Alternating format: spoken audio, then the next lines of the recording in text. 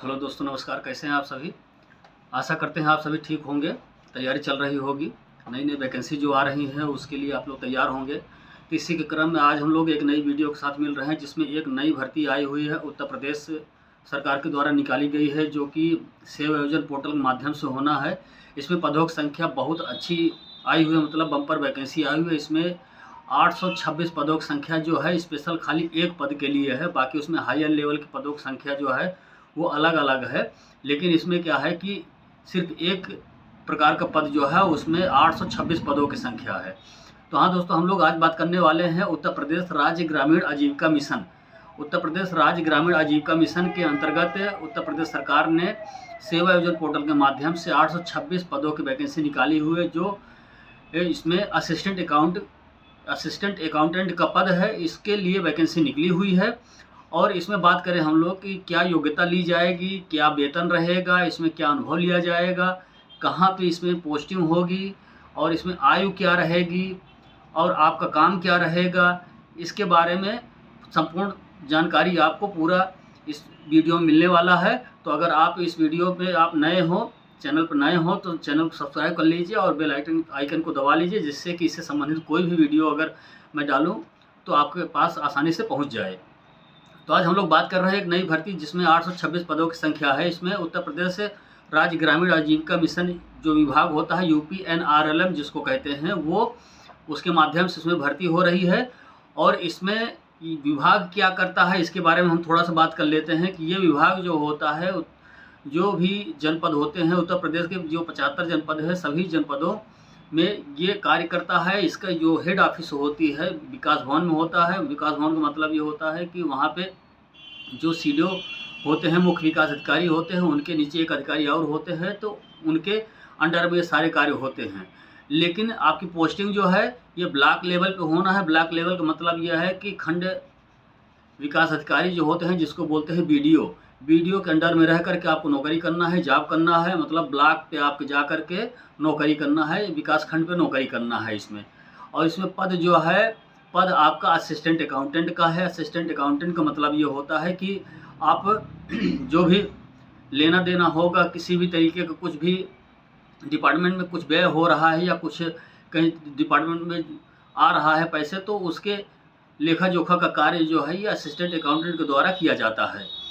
और इसमें क्या कार्य होता है इसके बारे में हम लोग थोड़ा बात कर लेते हैं। इसमें आप लोग जानते ही होंगे, ग्रामीण क्षेत्र में जो सखियां होती हैं, इस डिपार्टमेंट के मेन शाखा होती हैं, उनके द्वारा जो भी कार्य ग्रामीण क्षेत्रों में कराए जाते हैं, जैसे सखियां होती हैं उनका समूह बनाया जाता है। समूह बनाने के बाद उसमें ट्रेनिंग दी जाती है। ट्रेनिंग देने के बाद में उनके द्वारा लोगों के बीच में जागरूकता पैदा किया जाता है। तरह तरह की जो भी योजनाएं आती हैं उसके बारे में जागरूकता पैदा करवाया जाता है। तो ये सारा कार्य जो होता है ग्रामीण क्षेत्र में जो समूह बनाए रहते हैं, समूह होता है, उसकी जो सखियां होती हैं उनके द्वारा ये सारे कार्य कराया जाता है। तो इन सभी का जो भी कार्य होता है, लेखा जोखा जो होता है, वो सभी ब्लॉक लेवल से होता है। ब्लॉक लेवल मतलब BDO कार्यालय से होता है। तो वहीं पर रह कर के आपको नौकरी करना है। असिस्टेंट अकाउंटेंट का पद है। और इसमें हम बात करें वेतन की, तो वेतन बहुत ज़्यादा नहीं, लेकिन फिर भी ठीक ठाक वेतन है। इसमें 16,800 रुपये वेतन है। और इसमें योग्यता की बात करें हम लोग, तो योग्यता में इसमें पोस्ट ग्रेजुएट या MBA लिया गया है। लेकिन एक चीज़ ये ध्यान रखना है कि पोस्ट ग्रेजुएट का मतलब यह है कि MCOM लिया जा रहा है, क्योंकि अकाउंट का कार्य देखा जाना है। तो इसमें जो है MCOM होना चाहिए, या फिर जो है आपके पास ग्रेजुएशन कोई भी स्ट्रीम में हुआ हो, उसके साथ में अगर आपने MBA किया हुआ है तो भी आप इसमें एलिजिबल रहने वाले हैं। और फिर इसमें वैकेंसी की बात करें हम, तो वैकेंसी 826 वैकेंसी निकली हुई है। और ऑनलाइन इसका जो है आज 21 अप्रैल 2026 से ऑनलाइन इसका स्टार्ट हो जाएगा। तो आप जितने भी योग्य कैंडिडेट्स होंगे, सेवा योजन पोर्टल पर अगर रजिस्ट्रेशन कराए हैं तो आप उस पर जाएंगे, आपकी योग्यता मैच करता रहेगा तो आपके ID पे ये वैकेंसी दिखने लगेगी और आप अप्लाई कर सकते हैं। बात करते हैं इसमें कि अनुभव इसमें कम से कम 2 वर्ष मांगा गया है। किसी भी जगह पे आप अनुभव लिए हुए, अनुभव मतलब काम किए हो, अगर काम किए हुए हैं तो उसका 2 वर्ष का अनुभव आपके पास होना चाहिए, तभी आप इसमें एलिजिबल हो जाएंगे।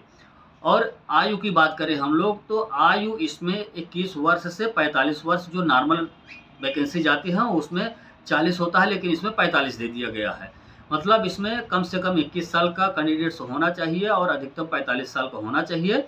लेकिन फिर भी इसके साथ में रिजर्व जो कैटेगरी होती हैं, जैसे ओबीसी हो गया, एससी हो गया, एसटी हो गया, या फिर फ्रीडम फाइटर हो गया, जो भी आरक्षित वर्ग होते हैं उन सभी को इसमें आरक्षण मिलना है। तो आरक्षण के उपरांत देखा जाए तो अधिकतम सीमा, इसकी आयु की सीमा 50 वर्ष दे दी गई है।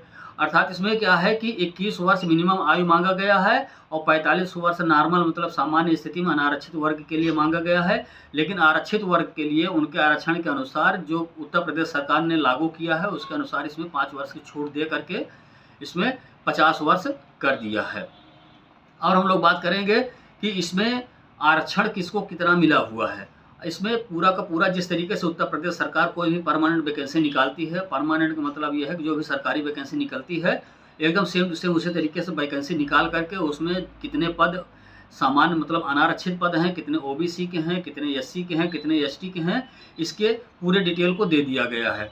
इसमें जो 826 पदों की संख्या है, आप लोगों को पता ही होगा कि उत्तर प्रदेश में कुल विकासखंडों की संख्या 826 है। तो प्रत्येक विकासखंड में एक एक कैंडिडेट्स इसमें सेलेक्ट किए जाएंगे, रखे जाएंगे।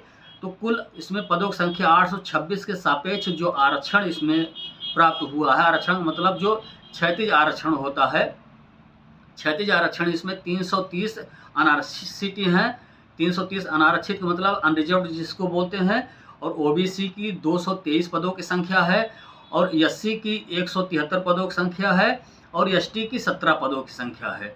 तो ये सारी चीज़ें अनारक्षित, ये आरक्षित वर्ग के लिए और अनारक्षित वर्ग के लिए सारी चीज़ें वैकेंसी आरक्षण दिया हुआ है।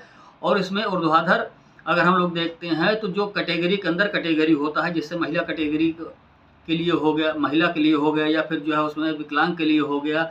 तो ये क्या होता है, जैसे ओबीसी में है तो ओबीसी में महिला को आरक्षण, फिर ओबीसी में ही विकलांग को आरक्षण, ओबीसी में ही फ्रीडम फाइटर को आरक्षण।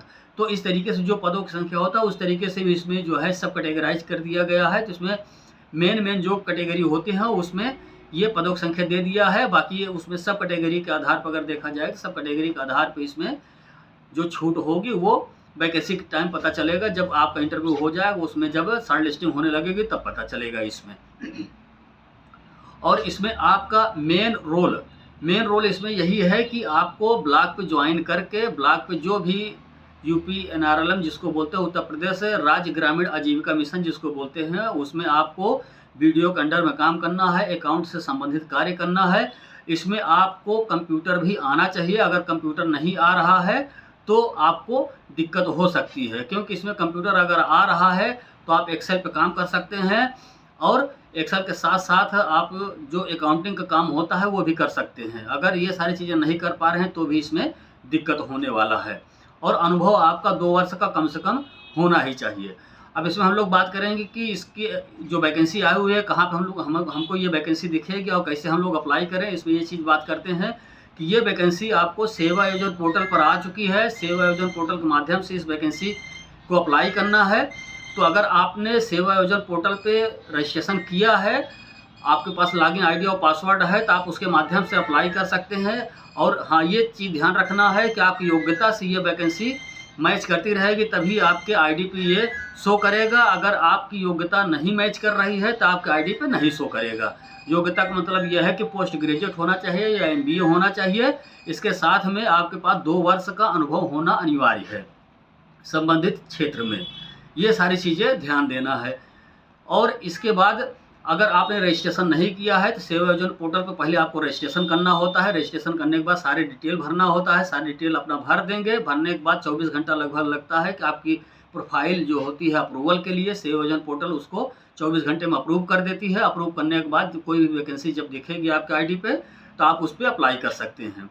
और ये वैकेंसी देखने के लिए उसी में ही जब आप डिटेल खोलना चाहेंगे, कि मान लेते हैं कि हम जो है आईडी लॉगिन करके देख रहे हैं और वैकेंसी नहीं दिख रही है, तो आप सीधे आप जाएंगे सेवा योजना पोर्टल पे जाएंगे। उसमें प्राइवेट जॉब्स पे ऑप्शन होता है, उस पर जब क्लिक करेंगे और उसमें QR उसमें कैप्चा आता है, कैप्चा 6 अंक का होता है, उसको जब डालेंगे क्लिक करेंगे तो लास्ट में देखेंगे, तो लास्ट के दूसरे या तीसरे पेज पे जब जाएंगे तो ये वैकेंसी एकदम साफ साफ दिख रही है उत्तर प्रदेश राज्य ग्रामीण आजीविका मिशन की, जिसमें असिस्टेंट अकाउंटेंट का पद है।